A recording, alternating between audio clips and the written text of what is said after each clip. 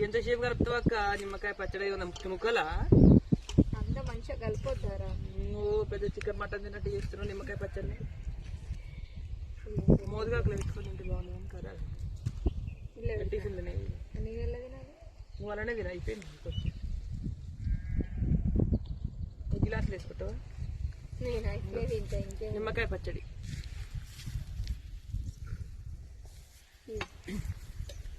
ఇగో ఈరోజు అయితే మేము బావి దగ్గర కూర్చొని తింటున్నాం అనమాట బర్ల కాడ మంచిగా పొలం గట్టి మీద కూర్చొని చల్లటి గాలికి ఇంటికి పోయే టైం కూడా అయింది ఇప్పుడు తింటున్నాం అన్నం అయితే నేనైతే పొద్దు నుంచి అన్నం తిన్నా ఎందుకు తినలే మరి తినబుద్ధి కాలే కూర లేదండి మాదైతే పచ్చడా